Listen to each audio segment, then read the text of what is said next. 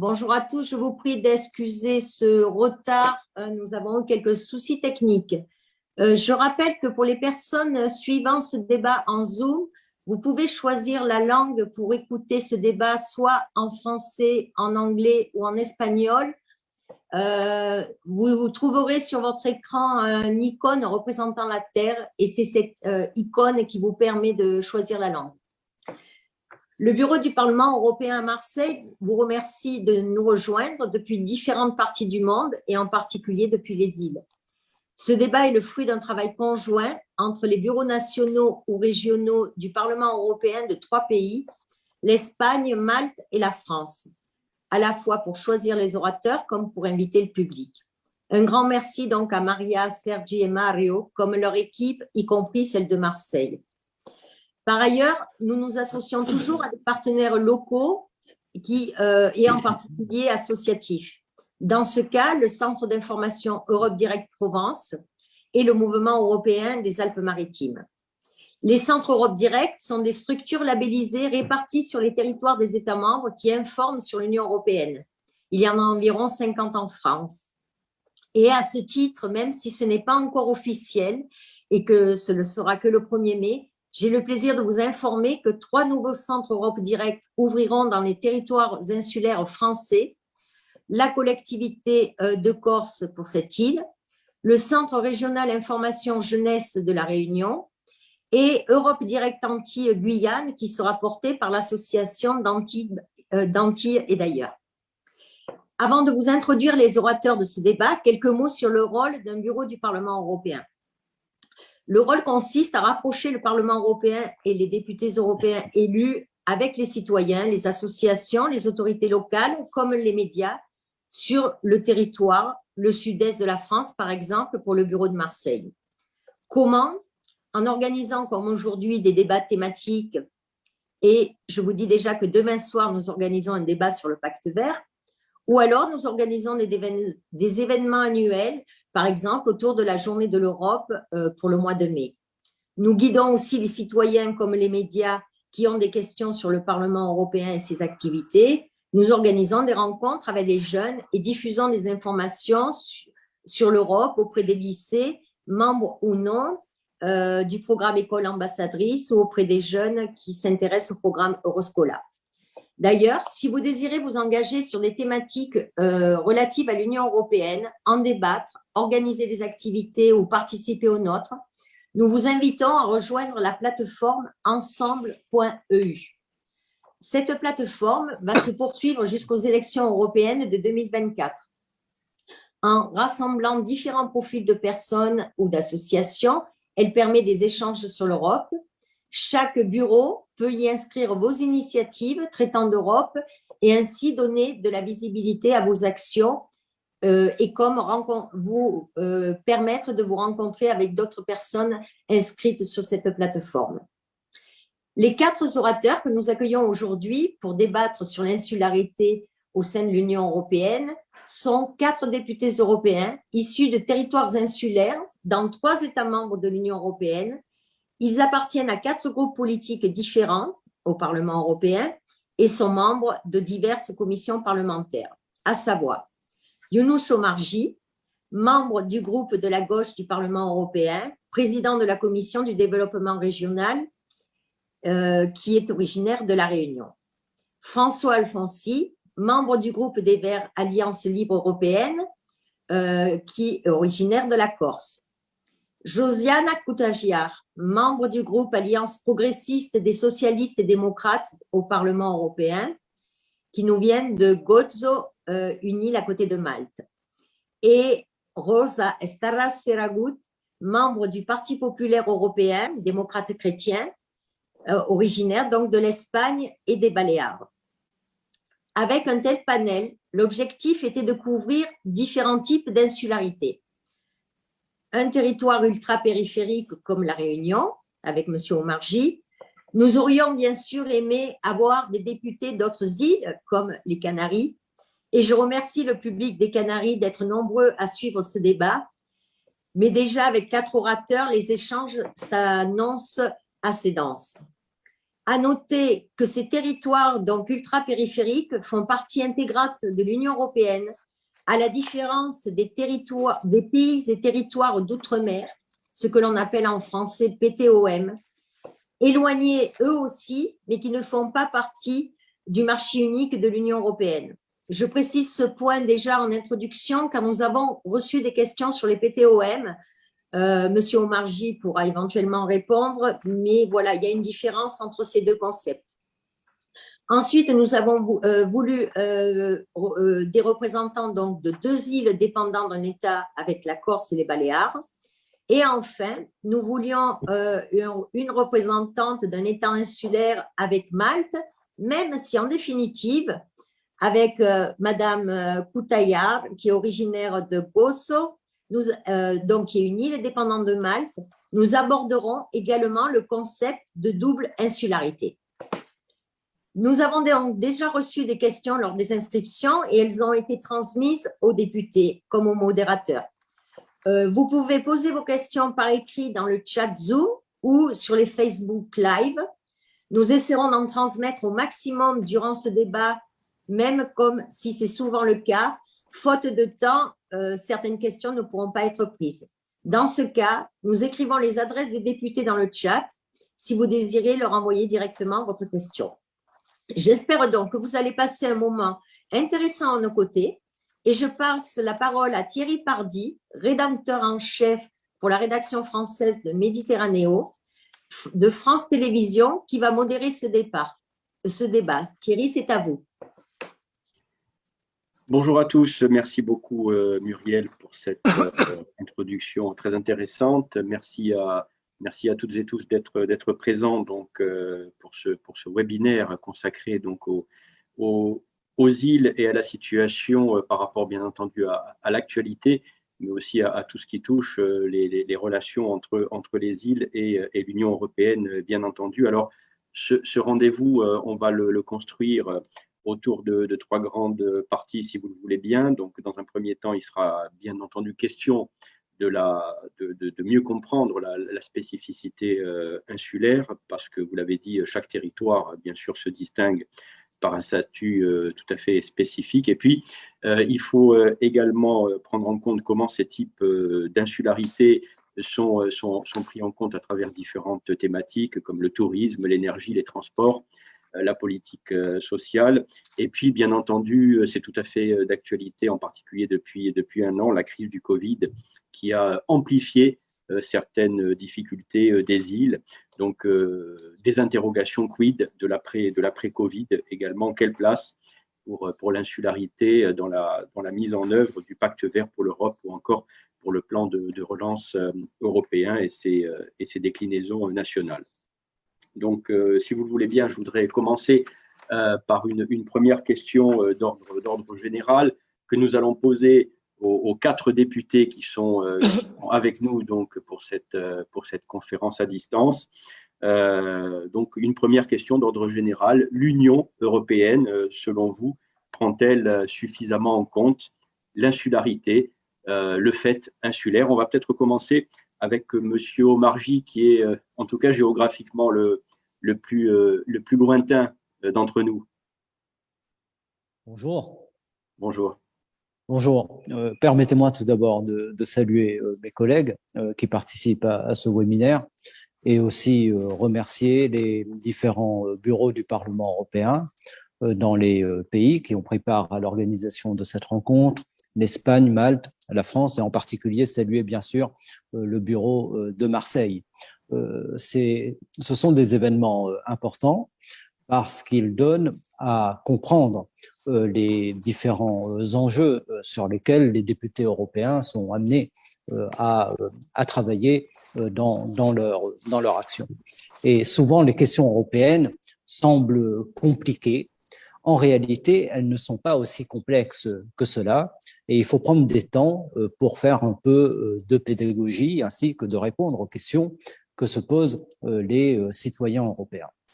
La question insulaire est, je crois, une question qui sera l'une des grandes questions de cette législature pour la politique régionale. En tout cas, je le souhaite. et tous les députés ici présents agissent en ce sens. Pourquoi le faisons-nous? Tout simplement parce que nous considérons qu'il y a une sous-estimation en réalité de l'insularité dans les politiques européennes. La question insulaire est une question qui est une question mondiale et absolument stratégique pour l'Union européenne. Le monde est un monde d'îles. Lorsqu'on pose la question aux gens, est-ce que vous savez combien d'îles il y a sur la planète? Souvent, les gens ne savent pas répondre. De la grande Australie au plus petit atoll, c'est à peu près 300 000 îles. Pour l'Union européenne, c'est à peu près 286 selon la Commission européenne territoires insulaires, parmi lesquels 188 territoires archipélagiques et 98 territoires insulaires isolés. Et ils sont tous avec des points d'unité que vous avez rappelés dans votre introduction, c'est-à-dire qu'ils sont souvent éloignés du continent, du marché, avec une étroitesse du marché, un certain nombre de handicaps, etc. On en parlera dans la discussion.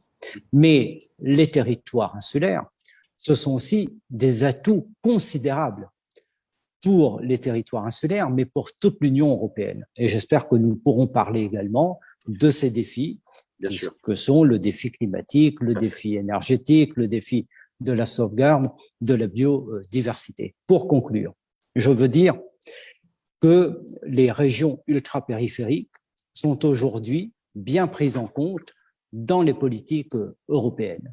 Et la dernière législature, au niveau du Parlement européen en tout cas, a permis de consolider la place des régions ultrapériphériques dans les règlements. Et dans les dernières négociations qui se sont achevées sur la cohésion, nous avons quasiment obtenu toutes les dérogations que nous souhaitions dans les règlements pour que soit pris en compte le caractère adapté de ces politiques. En revanche, pour les îles, nous avons un champ de travail considérable pour les îles qui ne sont pas régions ultra-périphériques.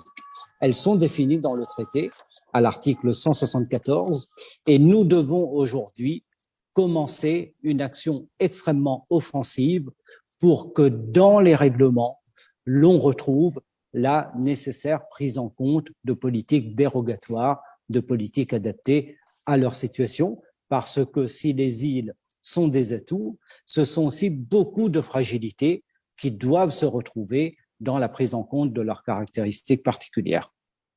Merci beaucoup, Monsieur Omarjee, merci, Monsieur le Président.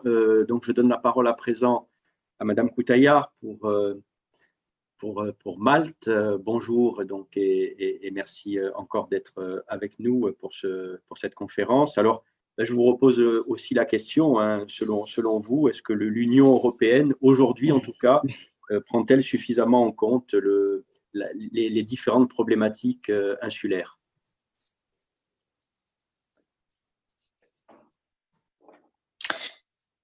Je peux vous dire que je suis tout à fait d'accord avec mes collègues. Je pense que l'Union européenne prend en compte de manière adéquate l'insularité et surtout quand on parle des îles qui ne font pas partie des territoires ultra-périphériques, on voit qu'il y a encore certaines plaintes à émettre. Et je suis en train de me plaindre avec certains des collègues qui sont présents ici par rapport au fait que nous voulons en fait intégrer un petit peu plus les îles en tout ce qui est politique et législation. C'est ce qu'on veut faire au niveau de l'Union européenne et on comprend très bien qu'il y a encore des actions à entreprendre dans ce sens-là. Mon collègue vient de mentionner l'article 176 et ça, c'est un article qui est vraiment très, très important parce que c'est un article qui reconnaît le statut spécial des îles et reconnaît aussi les défis auxquels font face les îles. Cependant, c'est important pour nous de pouvoir passer de la déclaration et de la reconnaissance spéciale dans le traité vers la reconnaissance actuelle en pratique, surtout quand on parle des politiques et des législations européennes. Juste pour vous montrer tout cela en exemple, quand on parle de la toute dernière résolution du Parlement européen que nous avons eue, elle date de 2016. Ainsi, nous devons vraiment chercher à provoquer d'autres discussions, l'apparition de nouveaux instruments et politiques quand on parle des îles.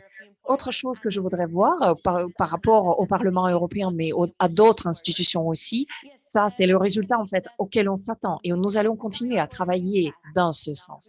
Je suis persuadée que c'est le moment est venu maintenant pour avoir un nouveau pacte entre l'Union européenne et les îles surtout qui se trouvent assez loin, qui souffrent de l'insularité et je pense que nous allons parler de cela encore plus en détail. Il y a plein de choses à faire dans ce sens-là parce que quand on parle de l'intégration de la politique relative aux îles, on parle toujours des aspects transsectoriels. Quand on parle de l'environnement, du climat, de l'énergie, etc., ce sont tous les aspects très, très importants, tout aussi importants que d'autres aspects sociaux et l'emploi aussi. Donc, je vais m'arrêter là-dessus et je vous remercie pour cette opportunité parce que je pense que c'est vraiment un débat qui est très important et j'attends avec impatience la suite de ce débat. Merci beaucoup, François Alphonse, qui est avec nous également. François Alphonse, donc, Madame Coutaillard parlait peut-être d'un nouveau pacte entre les institutions européennes et les territoires insulaires. Ça veut dire que justement, aujourd'hui, cette dimension de la problématique des îles, elle n'est pas suffisamment prise en compte par les institutions européennes. C'est votre sentiment? Oui, il y a non pas une défaillance d'intérêt, parce que je pense que la problématique des îles soulève un certain intérêt, mais il y a une défaillance de solution, une défaillance de caractère permanent, parce que au moment de la définition des politiques régionales, la plupart des îles étaient, dans l'Europe des 15, placées dans les régions les plus défavorisées de l'Union européenne. Cela a évolué avec l'entrée des pays de l'Est et cela a mécaniquement cassé cette réalité. Et certaines îles, comme la Corse, nous sommes aujourd'hui dans une situation qui est une situation intermédiaire qui n'est pas du tout prise en compte par des politiques européennes de façon spécifique. Et cela tient au fait que l'Union européenne a considéré rapidement la question des régions ultrapériphériques, donc, dont Younous a parlé tout à l'heure. Elle a développé un certain nombre d'aides spécifiques pour les toutes petites îles, ce qui correspond à un grand nombre d'îles, mais qui a peu de population globalement, et elle a laissé de côté, sans approche spécifique, les îles comme la Corse, comme les Baléares, comme la Sardaigne, les îles italiennes, etc. Donc là, il y a un déficit de prise en compte et on s'est retranché derrière le constat que ces îles étant en retard de développement, elles étaient souvent éligibles aux aides les plus importantes de l'Union européenne. Et en gros, qu'est-ce que cela donne? Cela donne qu'on vous a accordé une perfusion pour que vous ne soyez pas parmi les plus pauvres, et quand vous sortez de la situation de pauvreté, on vous enlève la perfusion et vous retombez aussitôt dans la situation la plus pauvre. C'est ce qui est arrivé à la Sardaigne, par exemple, et c'est ce qui pourrait très bien arriver demain à la Corse ou aux Baléares, surtout dans le contexte de la crise de la pandémie que l'on connaît aujourd'hui, qui est une crise qui a montré que tous les espaces insulaires, même s'ils sont variables en termes de niveau de développement, présentent la même caractéristique d'une grande fragilité vis-à-vis de leur tissu économique quand se présentent des circonstances comme la pandémie du Covid-19.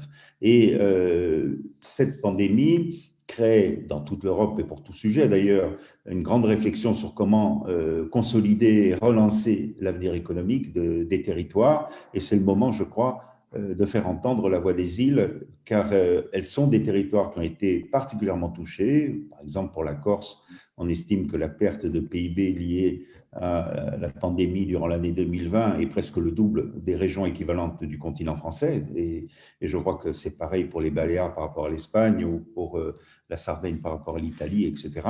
Donc, il y a un véritable impact très, très lourd sur les économies insulaires, et il y a un critère qui est le critère un peu de fragilité des économies, qui est un critère important et qui appelle une politique européenne plus soutenue, plus pérenne et plus adaptée au fait que nous, dans les îles, nous avons bien des handicaps permanents permanents. Nous ne sommes pas dans des handicaps économiques conjoncturels, mais bien dans des handicaps permanents auxquels il nous faut faire face au quotidien pour être compétitifs dans nos économies et être compétitifs dans les services offerts aux populations. Merci beaucoup François Alphonse. Et nous allons terminer ce premier tour d'horizon avec Madame Rosa Esteras pour les Baléares. Sí. Bonjour et merci beaucoup de votre participation. Alors, la même question un petit peu que j'ai posée en introduction donc, aux trois autres députés. Donc, est-ce que selon vous, ces problématiques insulaires, cette insularité au sein de l'Union européenne, eh bien, est-ce qu'elle est suffisamment prise en compte aujourd'hui dans les institutions, ou est-ce qu'effectivement il faut donner un nouvel élan, une nouvelle dynamique à cette coopération et à cette politique insulaire de l'Union européenne? Quelle est votre position? Oui, tout d'abord, merci beaucoup à tous les bureaux du Parlement européen en Espagne, Malte et en Espagne qui ont organisé cette rencontre. Et je pense que c'est tout à fait opportun et nécessaire. Bien, je suis la troisième législateur au Parlement et j'ai été au niveau de commandement lorsque nous avons élaboré la résolution pour soutenir les îles en 2016. 5 années se sont écoulées et c'est une idée excellente de revenir, comme l'a dit ma collègue Josiane Koutajar, de réenvisager une résolution de ces caractéristiques. L'article 174 du traité de Lisbonne se réfère à la cohésion territoriale et aux questions sociales et économiques, mais on se réfère pour la première fois de cohésion territoriale. Par conséquent, nous disposons de la base juridique, mais ensuite, ceci n'est pas mis en pratique, ce n'est pas mis en œuvre. C'est mis en œuvre avec les régions ultrapériphériques qui ont un traité très clair dans l'article 349 du traité de fonctionnement parce que ils ont un budget pour tout et ces îles ont une considération spéciale dans tous les fonds. Ils ont des conditions de cofinancement excellentes et ils disposent d'un budget propre. Pourquoi cela? Nous avons sans cesse demandé pourquoi cela. Je parviens à la conclusion parce qu'il y en a très peu, parce que finalement les îles ultra-périphériques sont 9. Certaines appartiennent à la France, la Martinique, la Guadeloupe, la Réunion, d'autres au Portugal, les Açores et l'Espagne, les Canaries. Puisqu'il y en a très peu, elles ne coûtent pas beaucoup d'argent. Mais les autres îles, ensuite, nous n'avons pas cette possibilité. Nous avons le cadre juridique, nous sommes dans tous les fonds, nous devons nous battre de façon titanique. Il n'y a pas une contribution spéciale pour nous. Moi, j'ai négocié le fonds de solidarité. Nous avons obtenu des conditions avantageuses pour les ultrapériphériques, mais rien pour les insulaires. Pourquoi cela? Parce que nous sommes beaucoup. Nous sommes plus de 2000 habités. Et par conséquent, cela fait que nous devions faire pression en permanence auprès des institutions européennes. Par conséquent, je pense que c'est une idée excellente de réinsister avec une résolution avec cette pluie fine, car ce sont des résolutions, tout le monde vote pour, mais après, on ne le voit pas au niveau des budgets ou du traitement. Il n'y a pas de doute. Nous allons voir cela au cours du second débat, que nous avons bien sûr des difficultés de connectivité, de transport, des écosystèmes plus vulnérables, et manque de ressources naturelles. Avec la COVID, ceux qui dépendent du tourisme, la grande majorité des îles, mais surtout les îles de la Méditerranée, nous avons une diminution de croissance énorme, une chute dans tout le secteur des services. Nous sommes donc dans une situation extrêmement compliquée avec une perte très importante d'emplois. La plupart des îles, surtout du sud, ont une pression d'immigration importante. Nous avons une forte dépendance énergétique. La plupart des cas, nous ne sommes pas autosuffisants. Et avec le pacte vert, on parlera plus tard, il faut faire un traitement particulier, spécial pour nous, pour les îles. Lorsque je parle d'îles, je me réfère également aux ultra-périphériques, pour les îles en général. Et par conséquent, je pense que c'est un moment excellent, car maintenant, nous construisons une Europe nouvelle. Le 9 mai aura lieu la conférence sur l'avenir de l'Europe. Et là, il faudrait expliquer en permanence ce que nous avons besoin dans ce nouveau scénario européen, ça doit être une Europe plus résiliente, plus innovatrice, plus numéralisée, plus durable. Et il faut avoir une stratégie spécifique pour les îles. Et ceci pourrait être une idée également pour cette résolution à laquelle nous devrions travailler. Le comité des régions aussi. En octobre, ce comité a approuvé une directrice extrêmement importante sur une stratégie pour les îles et un plan d'action également pour les îles à tous les niveaux. Et par conséquent, je pense que nous avons le cadre juridique, mais les faits n'existent pas. Le budget n'est pas réel et les règlements passent vraiment de manière très, très superficielle. Merci. Merci beaucoup. Je voudrais revenir vers Monsieur Omarjee pour évoquer un petit peu également, parce que c'est très important, et pour faire, je dirais, le distinguo avec les autres territoires insulaires d'Europe, puisque là, on parle, pour ce qui concerne votre île, Monsieur Omarjee, d'une région ultra-périphérique. Je voulais vous demander comment ce sentiment européen et insulaire, il est reçu par les habitants de la Réunion, justement en termes de coopération avec les institutions européennes et par rapport à la prise en compte des spécificités d'une région très éloignée comme la vôtre, d'une île éloignée comme la vôtre, par rapport justement à cette politique européenne vis-à-vis des territoires insulaires. Comment est-ce que vous la vivez vous-même et quelles sont les difficultés peut-être supplémentaires que vous avez, je dirais, à parfois subir?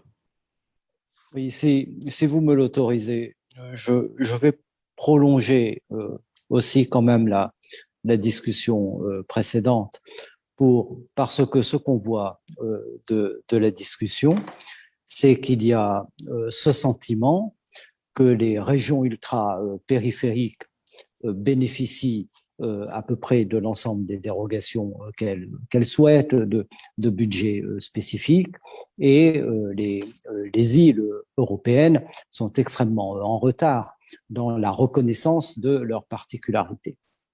Et je crois qu'il est extrêmement important de faire vivre non pas une concurrence entre les régions ultrapériphériques et les régions insulaires, mais un véritable front des îles. Et c'est pourquoi je fais partie de ceux, bien que venant d'une région ultrapériphérique, qui défend de manière extrêmement forte la prise en compte de l'ensemble des demandes qui sont aujourd'hui faites par les îles. Et je veux dire à mes collègues que la Commission du développement régional prendra des initiatives pour précisément viser ce que notre collègue Koutajar disait, c'est-à-dire qu'on puisse aller vers un pacte pour les îles. C'est extrêmement important et nous prendrons dans les semaines et les mois à venir une série d'initiatives en direction de la Commission européenne. Pour revenir à votre question qui concernait, je crois, le sentiment d'appartenance, c'est ça? Oui, c'est ça. Oui, tout à fait. C'est une question habituelle. Bon, moi, je suis extrêmement inquiet par les différents résultats électoraux lors des dernières européennes, puisque vous voyez partout dans les Outre-mer une progression très forte du Rassemblement national. Ce sont des territoires dans lesquels vous avez une conscience, je crois, en tout cas dans les milieux concernés, une conscience de ce que les politiques européennes apportent au développement économique et au développement d'un certain nombre de secteurs de l'économie. Mais en même temps, il y a une colère très forte, très grande vis-à-vis des institutions européennes pour une série de raisons. On ne peut pas là toutes les regarder, mais c'est cela que nous devons voir. Et puis bien sûr, il y a l'éloignement. C'est toujours la même histoire, c'est-à-dire qu'on ne peut pas répondre comme ça de manière extrêmement manichéenne. Les choses sont un peu plus subtiles. Il y a à la fois un sentiment d'appartenance à l'ensemble européen et en même temps une défiance qui est aussi importante. En même temps que lorsque vous vous trouvez dans la Caraïbe ou dans l'océan Indien, vous avez d'autres appartenances qui doivent également pouvoir être vécues pleinement. À La Réunion, nous sommes aussi des Africains, nous sommes aussi des Indiennes océaniques, nous avons des relations très fortes avec l'Inde, avec la Chine. Donc, le rapport à l'Union européenne, évidemment, n'est pas le même que celui d'un Bulgare ou d'un Polonais.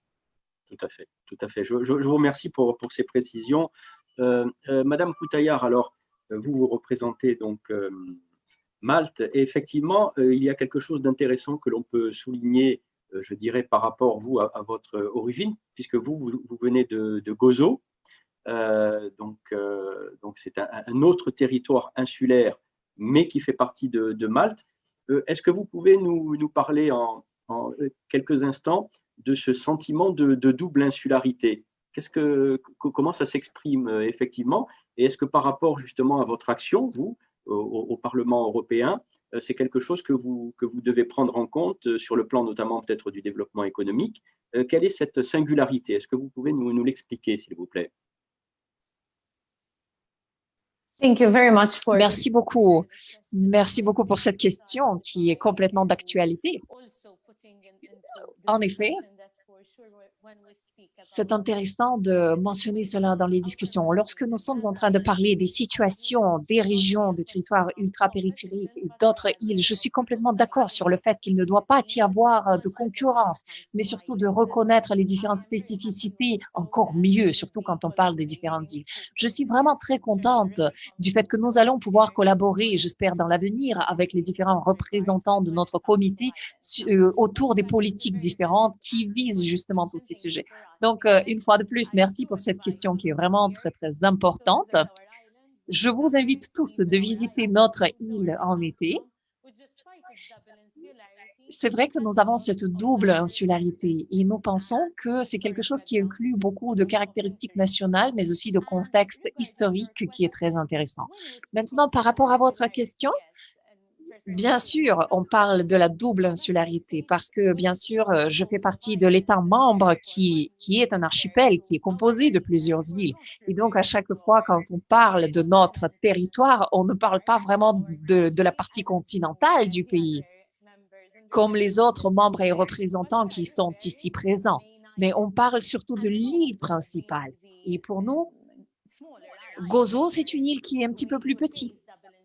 Et c'est pour ça que nous avons cette double insularité. Il y a bien sûr des défis bien particuliers pour l'île de Gozo. Juste pour vous donner quelques exemples dans ce sens-là, le fait que nous dépendons de la connexion du ferryboat avec du petit ferry avec l'île principale, ça c'est quelque chose qui représente aussi certains défis pour tous ceux qui vivent sur cette île, mais aussi pour les entreprises qui veulent travailler sur notre île. Ainsi, comme une personne qui vient de cette île et qui fait face à cette double insularité, je comprends tout à fait, je comprends même mieux l'importance de la connexion pour les territoires insulaires. Et lorsque je parle de la connexion, de la connectivité, je ne parle pas seulement de l'infrastructure et du transport, qui, bien sûr, sont très importants. Mais il est aussi très important de souligner le fait que l'aéroport, pour nous, c'est sur l'île principale. Ainsi, pour pouvoir aller à l'aéroport, il faut prévoir le temps d'aller sur l'île principale et puis aussi prendre l'avion. Mais là, je parle aussi de la connexion du point de vue numérique, parce que le gouvernement de Malte a récemment investi dans le deuxième câble de la fibre optique qui va nous permettre d'améliorer la connexion Internet. Et je suis persuadée que l'Union européenne doit vraiment reconnaître l'importance de tous ces plusieurs aspects que je voudrais amener dans cette discussion. Par exemple, au niveau de l'Union européenne, actuellement, nous sommes en train de parler de l'inclusion du système maritime. Et je suis complètement d'accord sur le fait que Ça, c'est quelque chose qui contribue à la diminution du CO2, etc. Parce que pour nous, le pacte vert, c'est quelque chose qui est très important pour les îles. Et mis à part tous les défis, ça peut aussi représenter des opportunités très intéressantes. Et justement, les îles peuvent faire partie des pionniers de ces technologies de nettoyage de notre environnement. Cependant, je pense que c'est très important pour l'Union européenne de ne pas oublier le fait qu'une telle proposition, une telle suggestion va avoir un impact sur les États insulaires et sur les tout petites îles. Et c'est pour ça que je viens d'avoir aussi une réunion avec le comité de transport. On y parlait de toutes ces différentes questions et la question principale était comment est-ce que la Commission prend en considération tous ces impacts pour les territoires insulaires qui dépendent en fait du transport maritime plus que les autres. Parce qu'il faut qu'on puisse procéder de façon équitable et il faut qu'on regarde surtout, par exemple, les mesures de compensation pour la transition et les fonds équitables de la transition. Et lorsque l'on parle de l'Union européenne et de toutes les politiques de l'Union européenne et de comment est-ce que tout cela est lié, je suis complètement d'accord avec M. Omarjee sur le fait qu'il y a en fait assez de frustration parce que l'Union européenne ne comprend pas assez la spécificité, la particularité de nos îles. Et je pense que ça aussi, ça vient quelque part de ce fait, de cette approche globale qui en réalité ne convient pas complètement pour tout le monde. Et quand on parle des îles, on comprend très bien la situation, mais on comprend aussi qu'il faut qu'on soit en train d'exercer de la pression pour se faire entendre. Bien sûr qu'il y a certains fonds, il y a aussi certains schémas que les îles peuvent utiliser, mais nous avons besoin d'avoir plus. Et là, par exemple, je parle de l'importance du relancement de certaines mesures, de la relaxation, de certaines mesures qui a été faite due à la pandémie. Et bien sûr que les îles ont été impactées encore plus dû à notre insularité. Et pendant la relance, nous allons être impactés encore plus. Donc, nous, dès le début de la pandémie, on a vraiment essayé de nous faire entendre dans ce sens-là. Et je pense que cette problématique est toujours très d'actualité. Merci beaucoup. Alors, maintenant que nous avons un petit peu justement présenté ces spécificités des différents territoires insulaires, avec notamment donc effectivement la Réunion avec Malte, qui sont effectivement des cas particuliers, avec la Corse et les Baléares qui sont, je dirais, sur le même positionnement. Peut-être qu'on peut s'interroger aussi justement sur la prise en compte de ces spécificités insulaires dans les différentes politiques européennes. François Alphonse, il y a un élément important, ce sont les fonds régionaux, bien entendu. Alors, cette dimension insulaire dans les fonds régionaux, aujourd'hui, comment est-elle prise en compte et est-elle suffisamment prise en compte? Oui, c'est bien tout le problème. Et je pense que c'est le moment, parce que les fonds régionaux, d'abord, il y a une nouvelle période budgétaire qui s'ouvre, et ensuite, ils vont être très abondés par les fonds du plan de relance qui vont donner à l'intervention économique de l'Europe sur les territoires une importance qu'elle n'a peut-être encore jamais eue dans son histoire. Et le plan de relance, la sortie de la crise de la pandémie dans nos îles, c'est quelque chose qui est fondamental, car leur économie a été plus atteinte que beaucoup d'autres, et notamment que les économies continentales. Il y a donc cette idée de pacte pour les îles et de mettre la Commission du développement régional en position offensive pour aller vers la Commission avec des propositions et avec des demandes précises et communes. C'est la démarche politique que nous voulons privilégier dans les mois à venir. Et c'est une démarche que nous supportons, car nous sommes tous des députés qui vous parlons, mais aussi avec les autres députés insulaires, engagés dans un même intergroupe, qui est l'intergroupe Syrica, et nous avons déjà eu des réunions sur ce thème-là avec plusieurs commissaires européens. Et qu'est-ce que l'on retient de ces réunions? C'est qu'il y a sans doute une meilleure écoute. Moi, j'étais député européen il y a 10 ans, et la discussion était très fermée sur l'aspect des îles en dehors des RUP de la part des représentants de la Commission. Aujourd'hui, la discussion est moins fermée, et pour autant, il n'y a pas de propositions et de solutions qui sont mises sur la table. Il va falloir aller plus loin, être capable d'abord de les formuler nous-mêmes davantage dans le cadre de la Commission de développement régional et en même temps de faire tous ensemble avec les gouvernements insulaires, avec les États membres qui ont en charge, comme l'Espagne, la France ou l'Italie, de nombreux enjeux insulaires, de faire en sorte qu'elles soient portées et qu'elles deviennent des mesures concrètes et surtout pérennes. C'est-à-dire que la Commission, jusqu'à présent, a traité les îles comme un territoire en retard de développement, comme le sont les territoires continentaux. Sauf qu'un territoire en retard de développement, c'est une situation transitoire. On l'aide pour qu'il se développe. Le problème des îles, c'est qu'elles vivent des handicaps permanents et que donc il leur faut avoir une approche beaucoup plus pérenne de la part des institutions européennes, ce qui est le cas dans les RUP, avec des politiques, par exemple en matière agricole, qui sont beaucoup plus adaptées aux besoins d'une île où on est toujours en sous-production, où on est sous une concurrence énorme de l'économie touristique face pour l'occupation des terrains, etc. Et appliquer la politique continentale agricole à l'espace insulaire, c'est une aberration, c'est quelque chose qui ne permet pas de donner à nos agriculteurs les moyens de produire et de satisfaire les besoins en alimentation des îles. Donc voilà, il y a vraiment un grand chantier et je crois qu'avec la crise, la pandémie, l'ampleur des fonds qui vont être historiquement importants, qui vont être mis en œuvre dans les années qui viennent, vraiment c'est le moment de se faire entendre et c'est le moment, j'espère, d'obtenir des cadres politiques beaucoup plus adaptés aux besoins des économies insulaires. Merci François-Alphonse. Monsieur Omarjee, dans le cadre de la coopération régionale et interrégionale, est-ce que vous pensez que cette dimension est suffisamment prise en compte par les institutions européennes, ou vous pensez qu'il faut aller beaucoup plus loin dans ce domaine? Vous avez déjà des accords de coopération avec d'autres territoires dans votre région, dans votre zone? Non, c'est très insuffisamment pris en compte.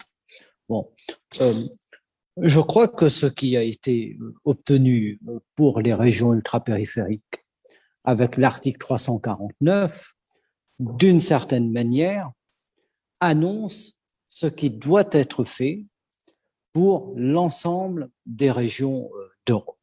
Vous pouvez excusez-moi, vous pouvez nous spécifier l'article 349 pour toutes les personnes qui nous écoutent?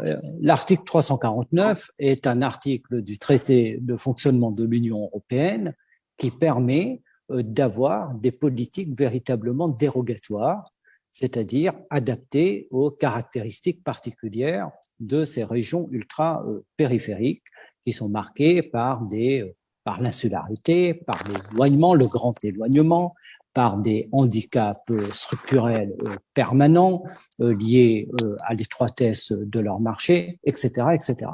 Et à partir de là, l'Union européenne autorise des politiques dérogatoires en matière de politique régionale, mais pas seulement, aussi dans la politique commune des pêches ou dans la politique agricole. Et puis aussi avec un certain nombre d'enveloppes spécifiques. Mais la réalité, c'est que malgré l'existence de cet article, malgré le soutien fort au niveau du Conseil comme du Parlement européen pour la bonne mise en œuvre de l'article 349, la Commission européenne, elle, reste très réticente pour que cet article puisse avoir un champ d'application aussi large que possible et aussi dynamique que possible. Et nous devons nous battre en permanence contre des reculs ou tout simplement pour que la Commission accepte de faire application de cet article. Et c'est pourquoi nous ne sommes pas du tout surpris que la Commission européenne soit aussi peu enclin à faire vivre l'article 174 du traité et accompagne si mal le Parlement européen dans sa volonté aujourd'hui de faire en sorte que les îles puissent également, surtout dans ce moment qui est celui de la crise qui nous frappe, pour que les îles puissent aussi bénéficier de l'ensemble de politiques dérogatoires nécessaires. Mais ce que nous voyons, c'est que la politique régionale est une politique qui ne peut plus, qui ne doit pas être une politique uniforme. C'est une politique qui doit, comme le disait la commissaire Ferreira au début de cette législature, viser le sur-mesure. Parce que les enjeux dans les régions montagneuses, par exemple, ou les régions qui sont confrontées au déclin de leur population, confrontées à des difficultés démographiques considérables, les particularités dans les zones rurales, les particularités dans des zones ultra-urbanisées, les particularités dans les régions insulaires font qu'il faut forcément imaginer des politiques qui soient les plus précisément adaptées à ces réalités. Et c'est pourquoi l'avenir, je pense, pour la politique régionale est une politique qui soit le plus en lien avec la prise en compte de ces réalités. Pour ce qui concerne la prise en compte de la dimension internationale et de la dimension mondiale, il y a là une sous-estimation qui est tout à fait considérable, malgré ce qui peut exister, c'est-à-dire les programmes Interreg, etc. Parce que l'Union européenne ne tire pas, pour elle-même d'ailleurs, le plein avantage d'avoir sa présence ainsi dans l'ensemble du monde, et on le voit bien dans la négociation actuellement des accords de partenariat économique, combien les régions ultrapériphériques sont laissées de côté et ne sont pas du tout associées à la bonne définition de ces accords. Bref, il y a vraiment une sous-estimation qui est assez grave en réalité de ce que les îles et les régions ultra-périphériques peuvent apporter pour la politique internationale de l'Union européenne. Pour conclure, je veux dire une chose, c'est que lorsqu'il y a autant d'insuffisances dans les politiques, il appartient au Parlement européen de créer l'impulsion. Et c'est ce que nous avons fait pour les régions ultrapériphériques, c'est nous avons rencontré un certain nombre de succès pour les RUP dans différents règlements, c'est parce que le Parlement européen a été à l'offensive. Le Parlement européen et la Commission du développement régional sont aujourd'hui au début d'une nouvelle offensive pour la prise en compte des îles dans les politiques européennes. Et je crois que la Commission européenne commence, comme l'a dit François Alfonsi, à être plus ouverte, plus à l'écoute sur les demandes que nous formulons. Et nous avons décidé, en tout cas c'est ce que je proposerai, une forme d'agenda visant un certain nombre d'objectifs pour aller vers la pleine reconnaissance des îles dans les politiques européennes.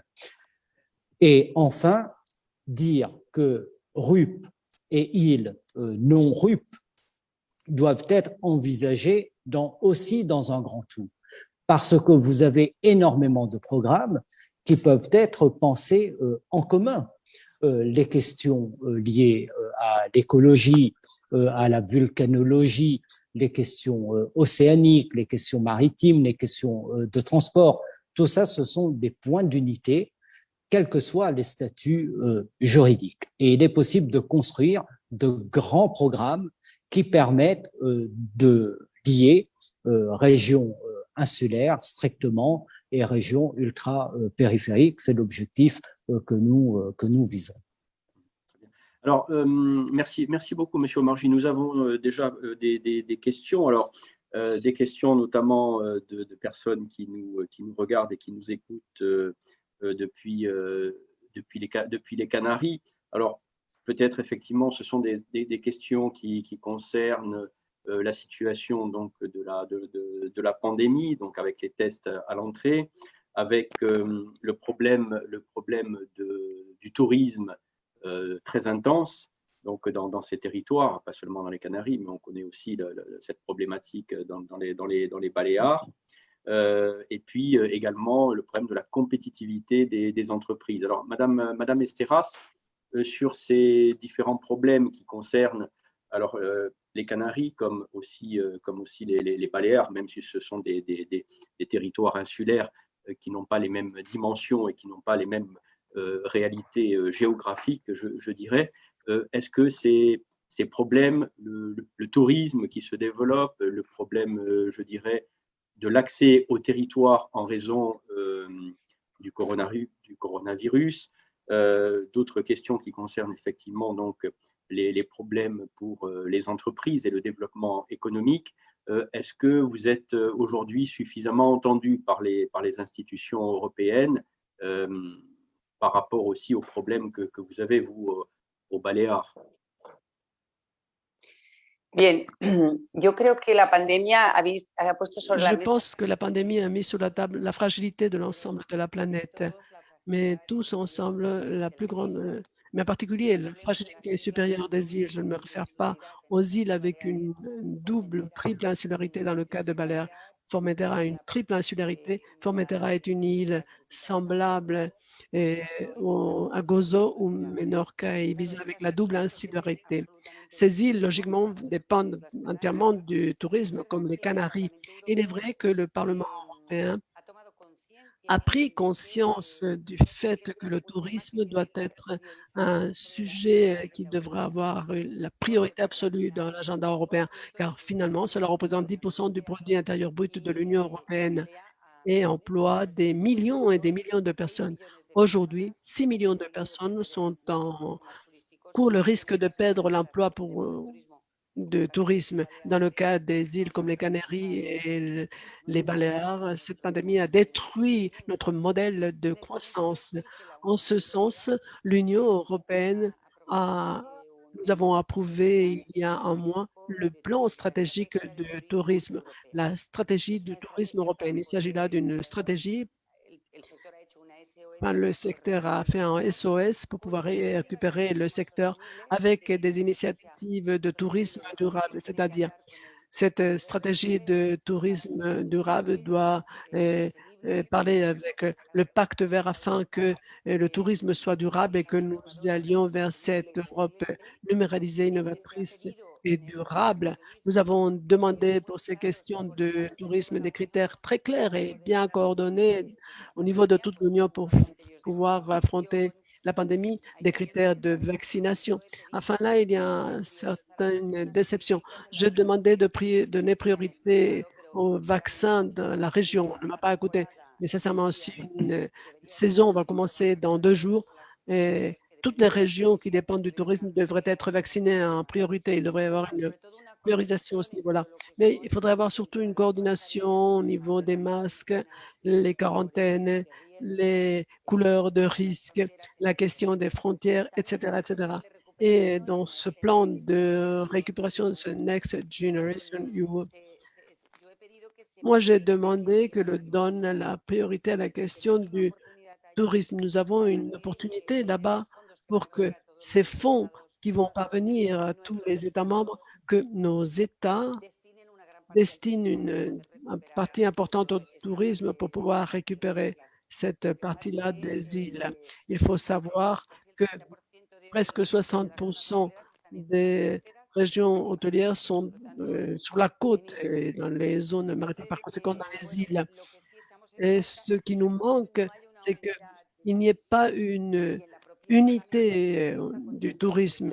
Et le tourisme dépend des transports. C'est la petite sœur, en quelque sorte, du tourisme. Mais enfin, je pense qu'au niveau de ces fonds de récupération, si nous les adressons correctement vers des investissements pour l'innovation, le tourisme et la numérisation, ça peut être correct. C'est un bon moment, car nous sommes à un moment de réinvention de l'Europe.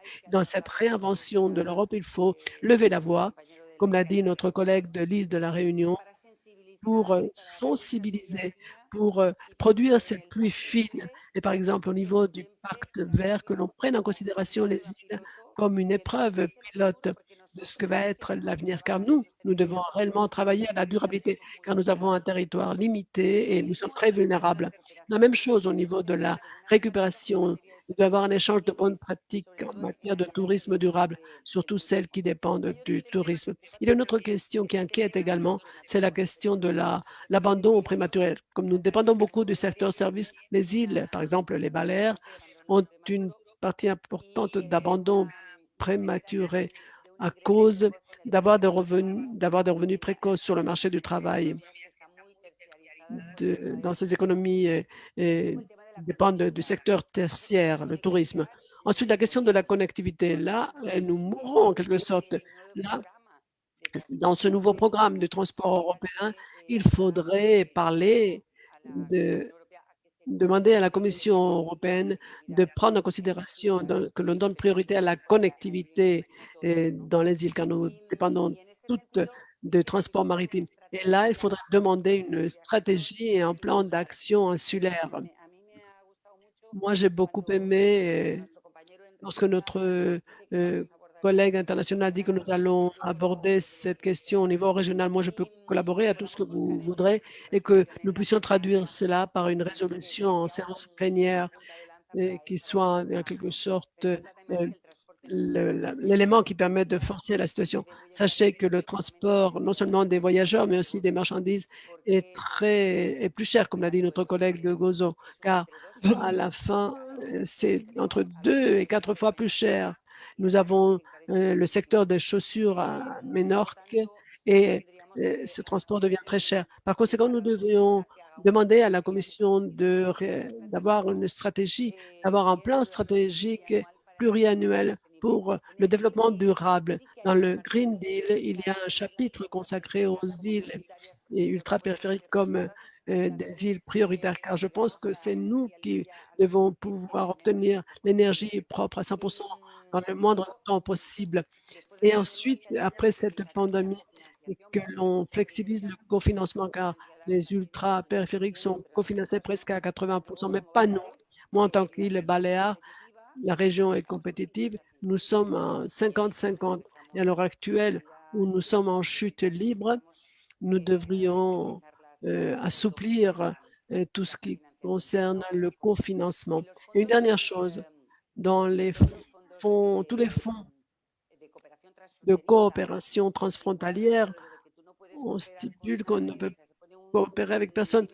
On met une limite de 150 km et cela provoque qu'on ne puisse jamais avoir accès à ces fonds. Et il faudrait donc enlever la limite de 150 km. Je l'ai demandé à tous les commissaires ces dernières années et dans toutes les résolutions, on l'indique. Ça n'a pas de sens qu'on ne puisse pas faire de la coopération avec d'autres îles ou d'autres territoires transfrontaliers.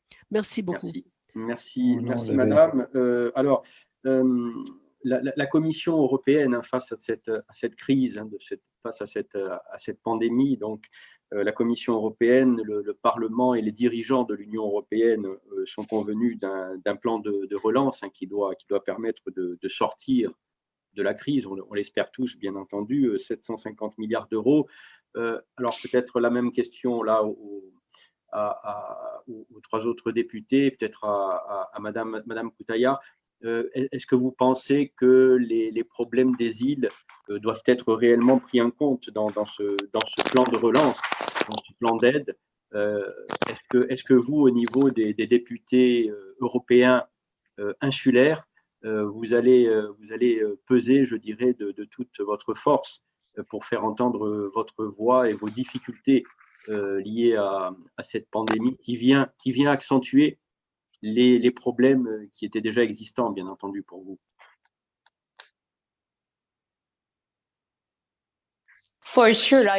Oui, bien sûr, je vais exercer de la pression, bien sûr. Je pense que tous les autres députés ici présents vont faire de même.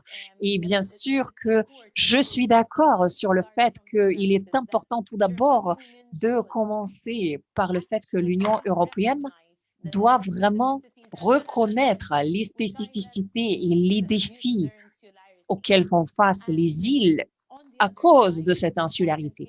Et de l'autre côté, il est vraiment très, très important, comme M. Omarjee l'a déjà dit, qu'il y ait une certaine flexibilité pour nous, parce que cette flexibilité dans les politiques va nous permettre en fait de mieux gérer tout cela. Donc, il faut en fait qu'on ait cette flexibilité aussi dans d'autres domaines au sein de l'Union européenne. Et je voulais aussi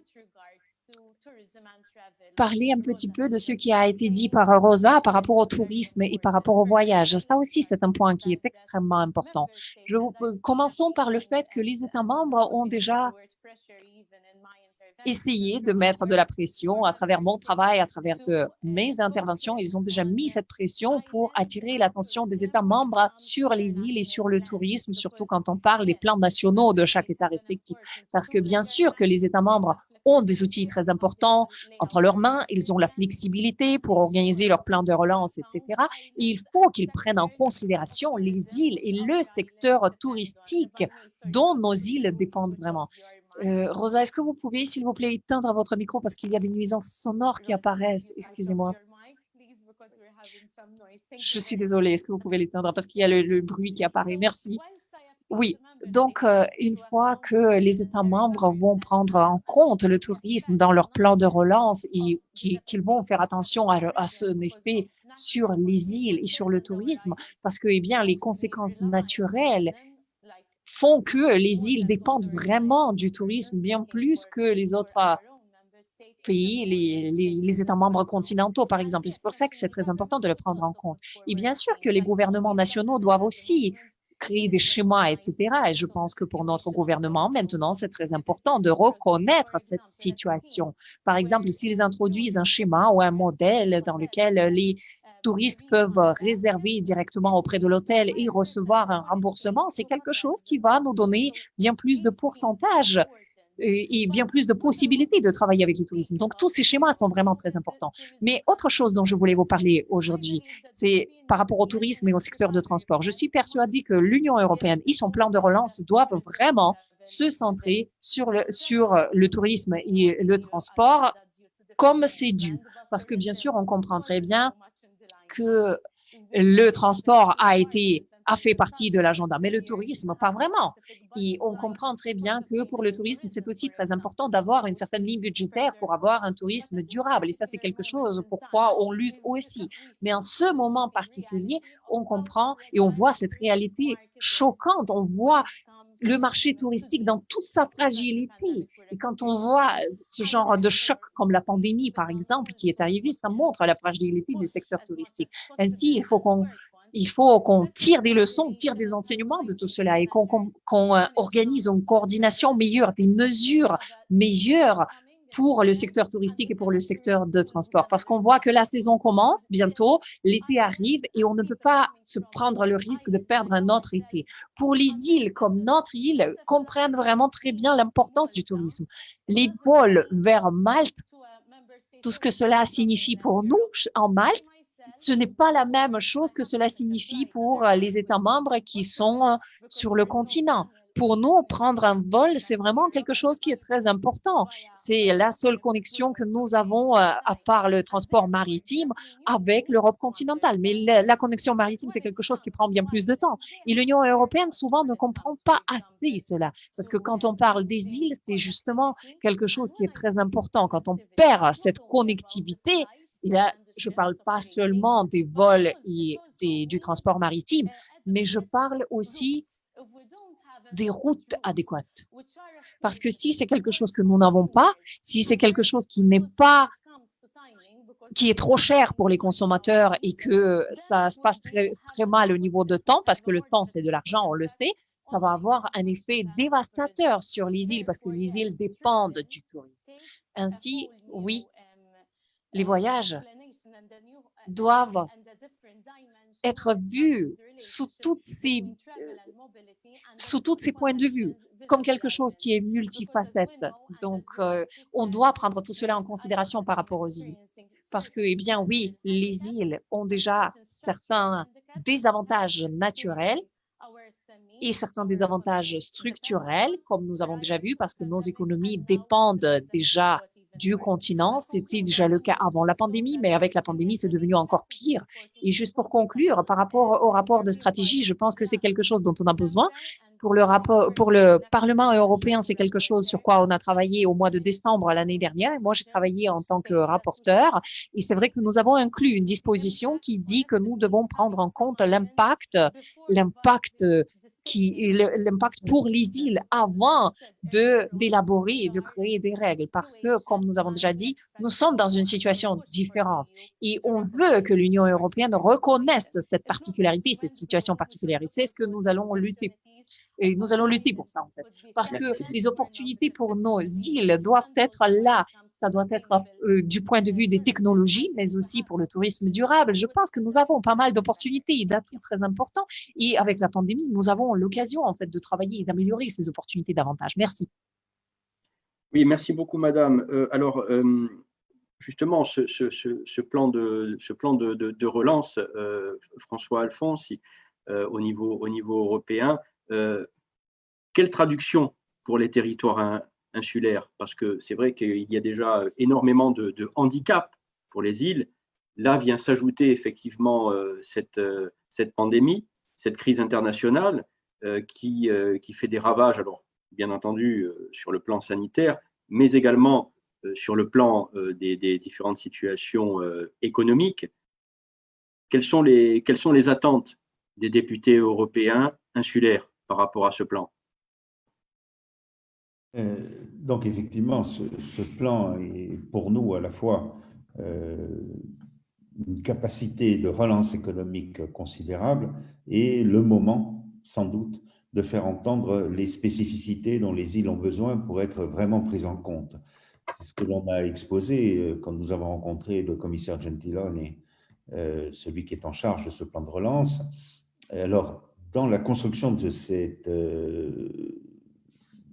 financement européen, il y a à chaque fois deux partenaires. Il y a l'Union européenne et il y a l'État membre.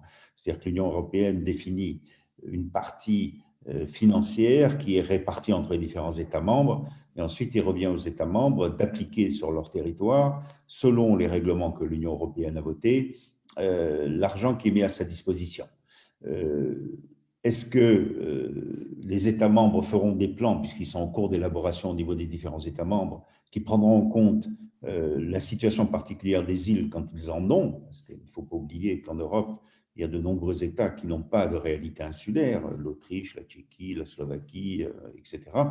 Et donc, ce qui sera demandé par la Commission européenne, nous a dit le commissaire Gentiloni, c'est que quand il y a une situation insulaire au sein de l'État membre, l'Europe vérifiera que le plan de relance qui sera avancé par l'État membre prendra bien en compte les besoins des espaces insulaires. La même réponse, mais cette fois c'est carrément dans le règlement et on le doit à Younous Omarjee qui a été très actif en ce domaine, c'est le Fonds sur la transition écologique, le Just Transition Fund, qui doit donner sa place aux exigences des économies insulaires pour qu'elles aillent aussi vers la croissance verte et vers la transition écologique.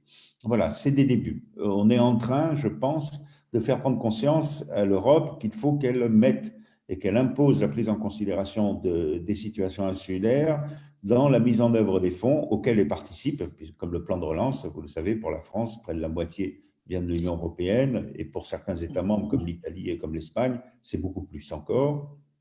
Et donc, elle a un droit de regard sur ces politiques, et je crois que il nous faut obtenir que ce droit de regard soit mis en œuvre au bénéfice des économies insulaires. Et ensuite, il y a un travail d'explication que nous devons continuer à faire. Je prends un exemple très simple. Aujourd'hui, l'Assemblée de Corse débat sur les prix des carburants en Corse qui sont 12,5% plus chers que sur le continent français.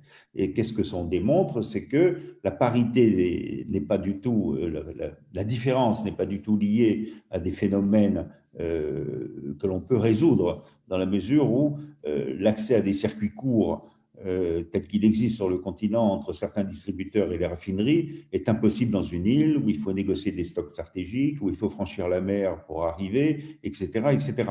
Donc, il y a un différentiel qui est très important, qui pèse très lourd dans les ménages insulaires parce que nous avons peu de transports en commun et donc la voiture est quand même pour beaucoup de ménages le moyen indispensable pour se déplacer. Il faut souvent 2 voitures par ménage, etc. Donc tout cela montre qu'il y a bien des handicaps structurels dans les îles. Des choses, c'est un exemple, mais on pourrait aller auprès des entreprises, leurs difficultés économiques propres pour les approvisionnements, leurs besoins de stocks stratégiques, etc.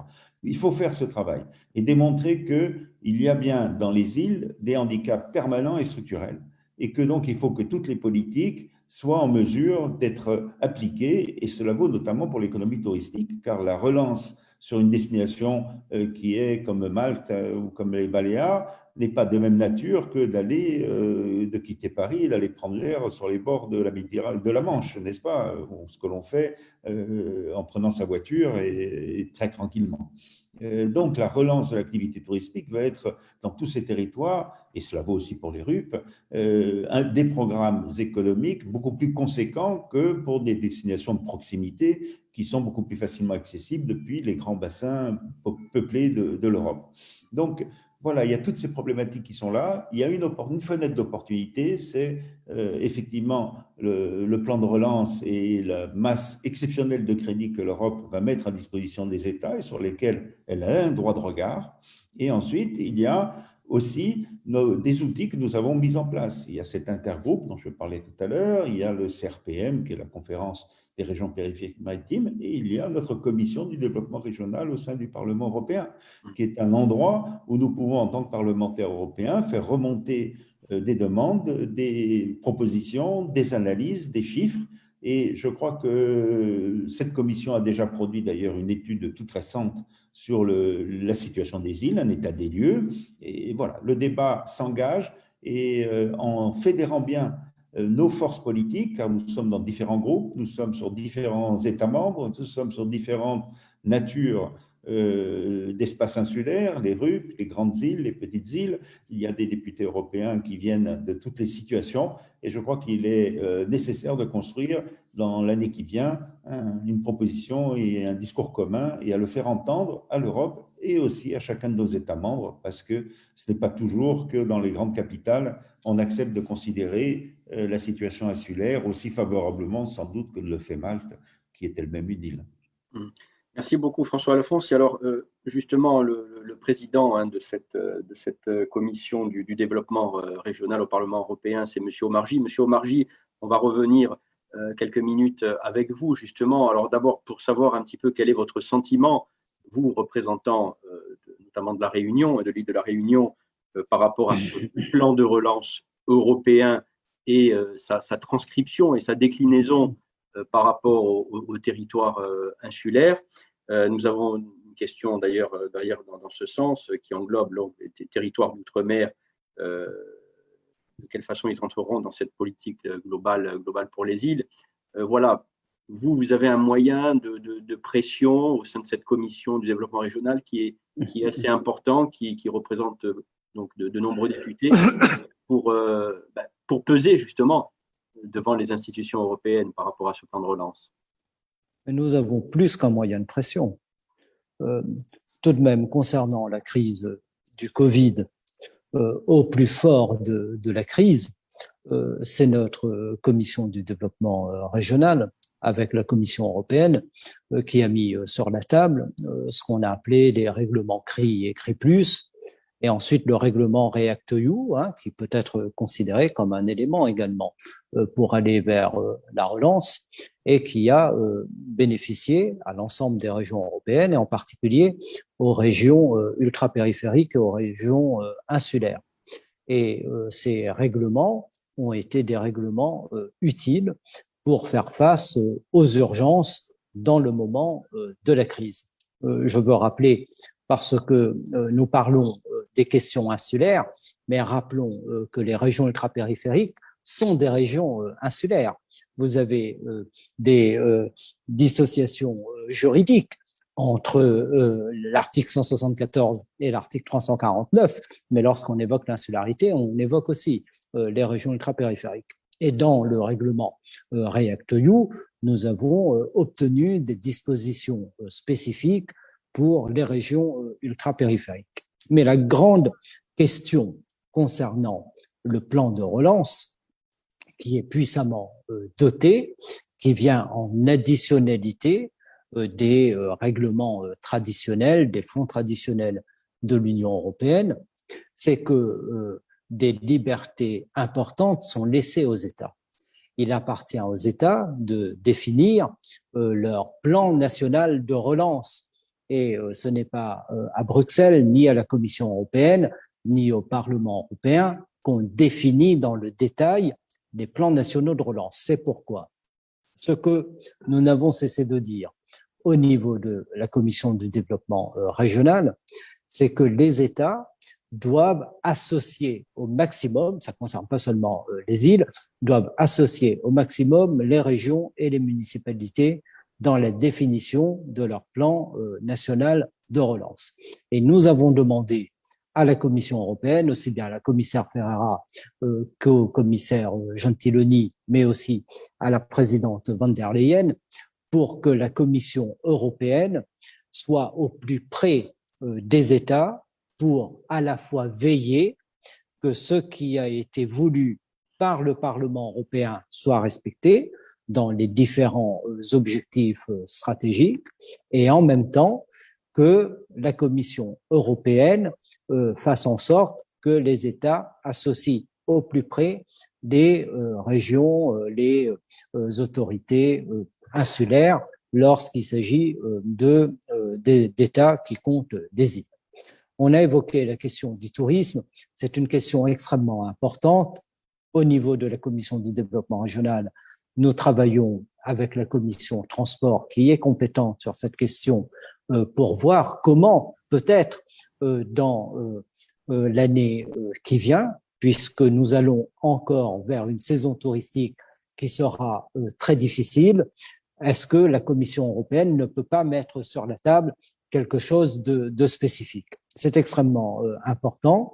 Les îles sont les plus vulnérables par rapport à la fragilité aujourd'hui des transports dans ce moment de la crise du Covid, mais aussi des secteurs de l'hôtellerie, de la restauration, parce que dans les îles, vous n'avez pas énormément de piliers de l'économie. Vous n'en avez qu'un ou deux. Pour beaucoup d'îles européennes, le tourisme est le principal pilier de l'économie. Et aujourd'hui, tout est en train de s'effondrer dans un certain nombre d'îles européennes et nous ne pouvons pas rester simplement à regarder. Donc, il faudra continuer à amplifier les efforts qui ont commencé à être accomplis. Nous devons nous fixer comme perspective, peut-être, puisqu'on a parlé de stratégie et que nous avons des collègues espagnols qui participent à notre discussion, comme perspective la présidence espagnole de l'Union européenne qui va intervenir en 2023. 2022, nous aurons la présidence française de l'Union européenne avec sans doute des initiatives intéressantes pour les régions ultrapériphériques. Nous travaillerons toute l'année 2022 pour consolider un agenda qui, pour les îles, qui, je l'espère, pourra être un contenu utile pour la présidence espagnole en 2023. J'ai rencontré le ministre espagnol des Affaires européennes. Je pense que du côté de la Commission, nous devons continuer à faire des propositions cette année et que sans doute, dans cette législature, en tout cas je l'espère, nous aurons un certain nombre d'avancées pour ce qui fait l'objet de notre discussion, la reconnaissance aujourd'hui pleinement des îles dans les politiques européennes. Merci beaucoup. Alors, nous avons des questions, notamment d'auditeurs qui sont en Espagne. Des difficultés des îles semblables à celles des zones rurales excentrées. L'UE doit donner les mêmes opportunités aux îles qu'aux autres territoires. Plan de communication digitale, sinon l'exode de la population des îles va continuer. On en parlait tout à l'heure, notamment avec Madame la députée de Malte et des Baléares. Question également sur la Chambre de commerce, qui est la présidence de Insulaire. Quelle est la position des députés sur le besoin d'une approche flexible des aides d'État par rapport aux problématiques des îles. On a vu que la Commission a assoupli les règles suite au Covid. Voilà, ce sont des questions qui reviennent et qui concernent bien entendu cette actualité. Donc, par rapport également à la coordination, n'est-ce pas aux îles aussi à repenser leur transition pour une plus grande résilience. Donc, l'expliquer à l'Union européenne et coordonner les différentes stratégies. Madame Esteras, on voit qu'en Espagne, il y a beaucoup de personnes qui nous suivent et qui nous écoutent et qui ont un intérêt tout à fait particulier pour cette problématique des territoires insulaires. Vous justement, au Baléares, avec votre État central, vous arrivez à vous faire entendre, je dirais, par rapport à ces problématiques européennes également? Bueno, nosotros planteamos, en el caso de Baleares, Nous, dans le cadre des îles Baléares, nous avons envisagé un régime spécial des îles Baléares il y a de nombreuses années, qui a été approuvé pour pouvoir disposer d'un transport subventionné lorsque nous voyageons entre les îles et lorsque nous nous déplaçons également vers le continent, lorsque nous allons dans notre État, l'Espagne. Il est vrai que ce régime spécial a été trop réduit et il y avait un engagement pour élargir ce régime et avoir une égalité des chances. On n'a pas obtenu. Le gouvernement de l'Espagne à l'heure actuelle n'a pas accordé la priorité et nous nous battons précisément pour que ce régime spécial des îles Baléares voit le jour, car finalement, ce ne sont jamais des privilèges, c'est une question de justice. Et penser que il faut savoir que la connectivité est très importante. Le transport des passagers et des marchandises, ça répercute au niveau de l'enseignement, de l'éducation, la santé également aussi, car, et c'est précisément pourquoi on donne la priorité au plan de récupération dans les îles, le plan de santé des îles. Dans le cas de la COVID, il faut avoir tous les outils, aussi bien dans les grandes îles comme dans les plus petites îles, car sinon, la question de la santé aura un handicap important là-bas aussi.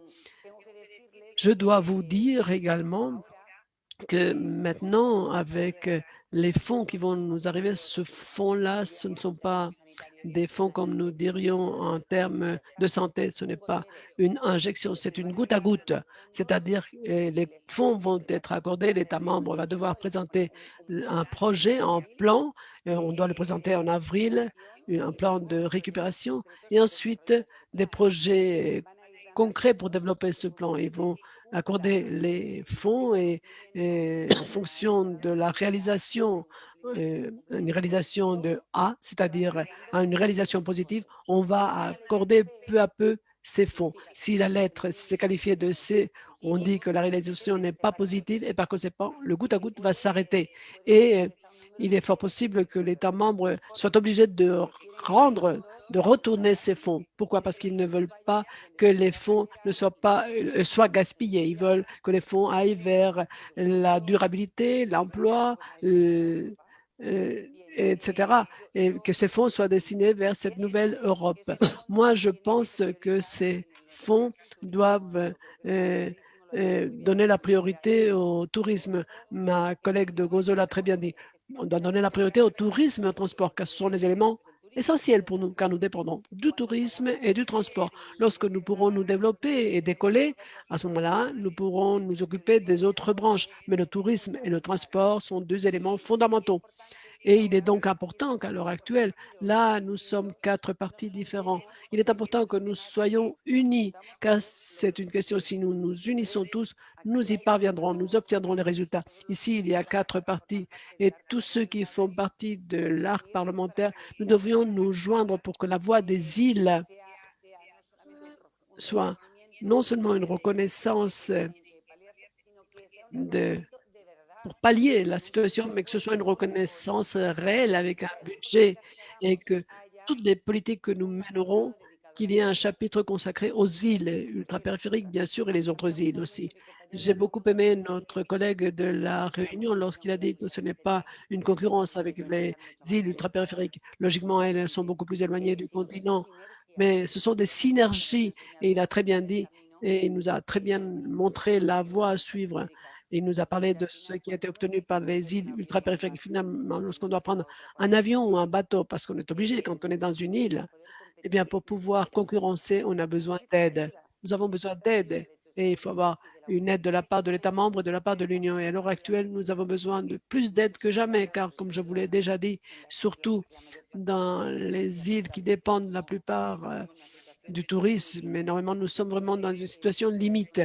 Ici, au Baléares, on a fait une campagne qui s'appelle SOS Tourisme en demandant, en faisant un appel de secours pour que ces fonds européens soient définitivement consacrés à cela et qu'on puisse relancer le tourisme. J'ai vu une question sur l'immigration. En plus, nous supportons une forte pression d'immigration, surtout en Méditerranée. Et par conséquent, il doit y avoir une coordination, une flexibilité, une priorisation par l'Union européenne dans ce nouveau plan et dans cette nouvelle stratégie de tourisme, mais surtout dans ce nouveau plan de récupération. Les États membres doivent présenter leur plan, doivent prioriser correctement et tous les fonds qui arriveront, je crois que c'est 36%, mon collègue de la Réunion va le dire mieux que moi, doivent être consacrés à la durabilité, c'est-à-dire tout projet doit se référer aux droits de l'homme. Ça ne peut pas être un projet qui ne se réfère pas aux droits de l'homme.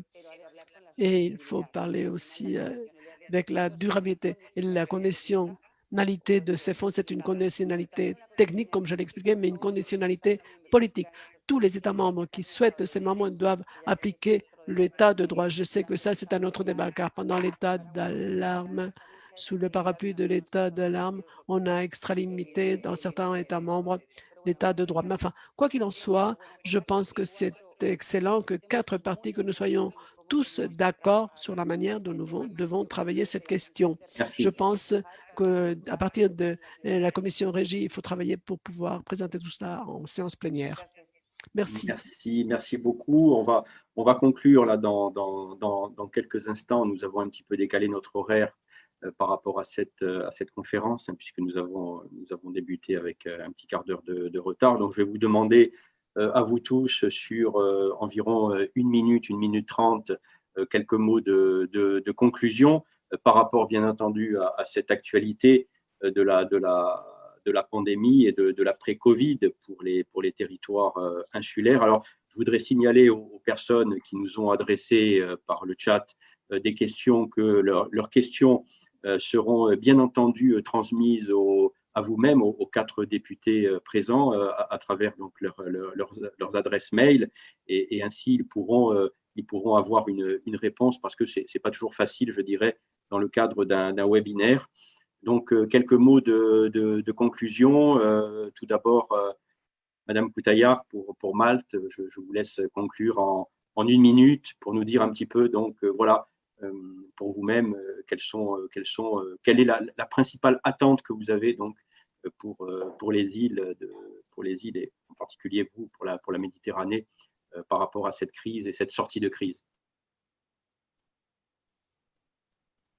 Thank you very much. Merci beaucoup. Merci pour les informations très intéressantes.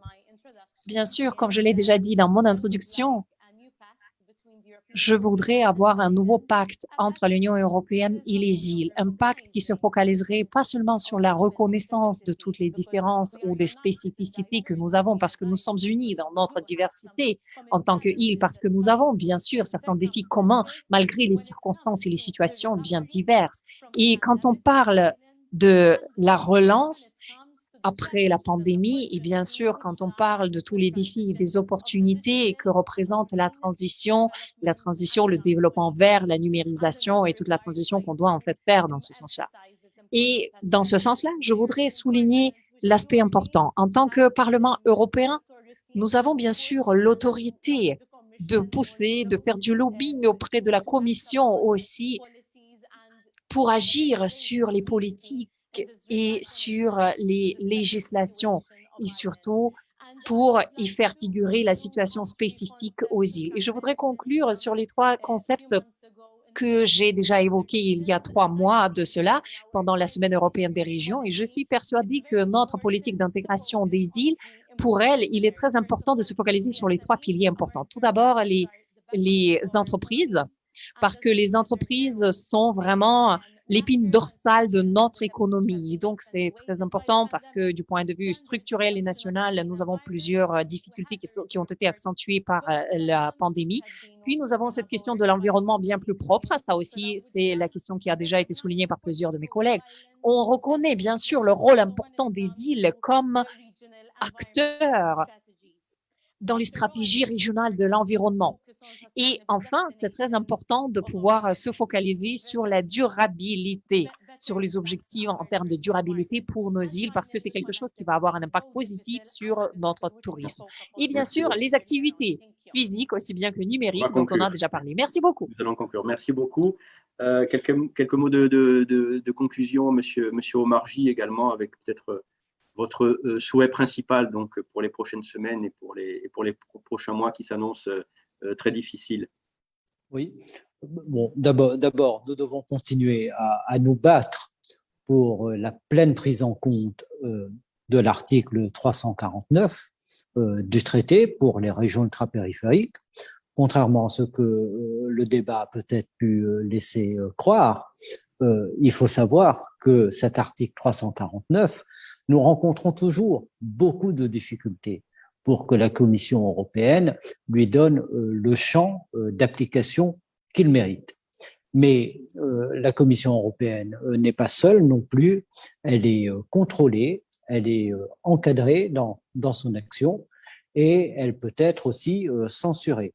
Et s'agissant de l'article 349, la Cour de justice a rappelé pleinement combien la Commission européenne devait faire pleine application de cet article. Mais ce combat, il est devant nous, ce combat, il continue. Et s'agissant des îles qui ne sont pas des régions ultrapériphériques, nous sommes aujourd'hui dans un moment fondateur.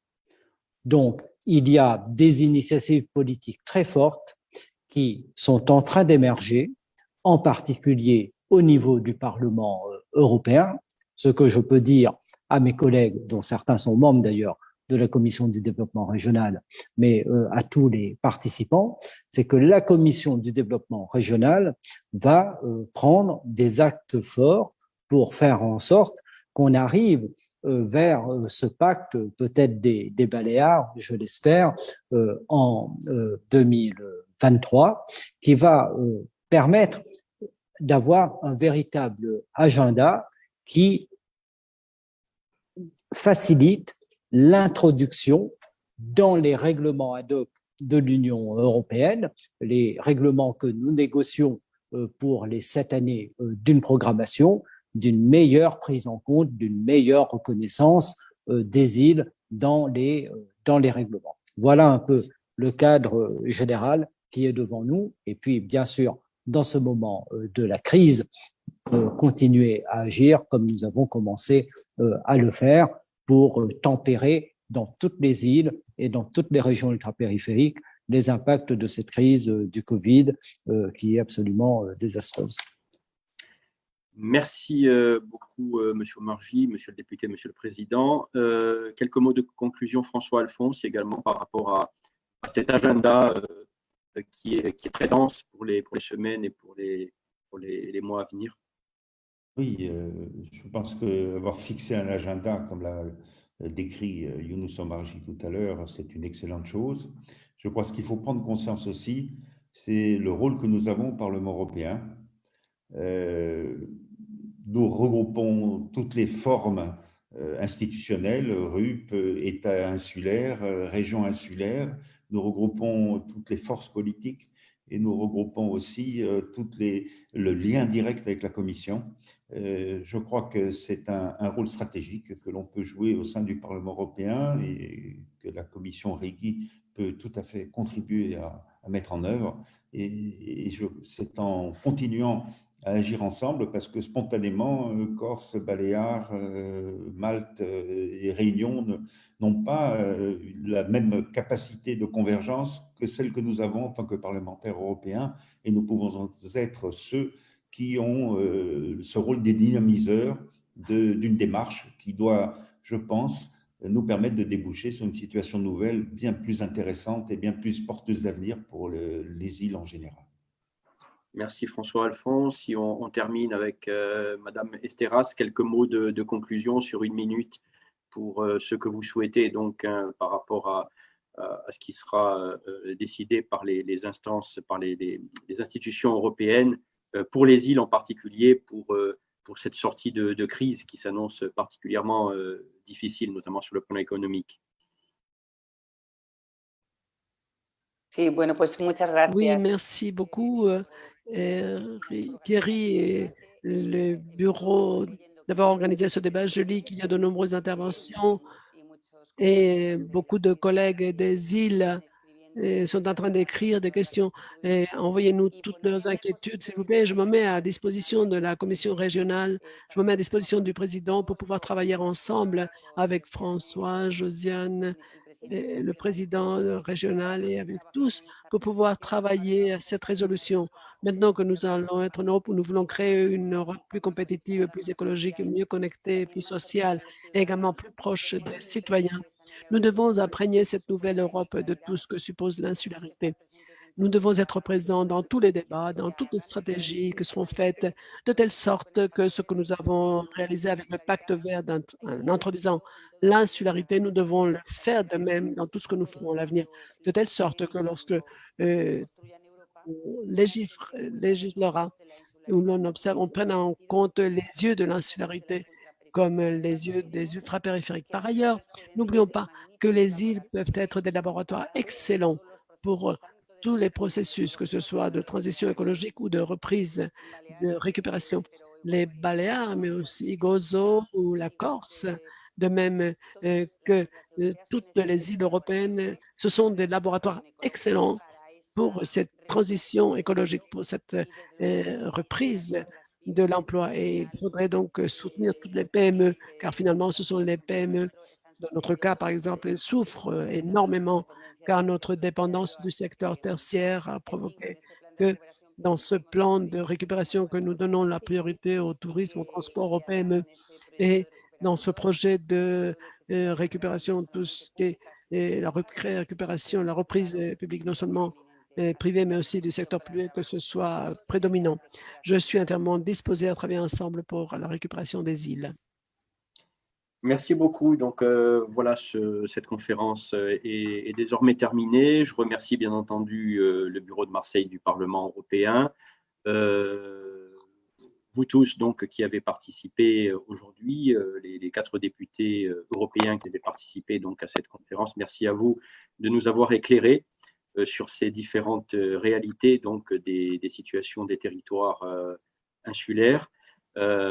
Merci à tous ceux qui nous ont écoutés, qui nous ont regardés aujourd'hui. Et puis, bien entendu, je vous le rappelle, toutes les personnes pourront transcrire leurs différentes questions aux députés qui pourront répondre à travers donc leurs adresses e-mail. Donc là, c'est le bureau de Marseille du Parlement européen qui va gérer tout cela. Merci à tous et à très bientôt. Bien entendu, pour reparler des îles, pour reparler des îles dans l'Europe et de ces politiques insulaires. Merci à tous pour votre intérêt et à très bientôt. Gracias, adiós.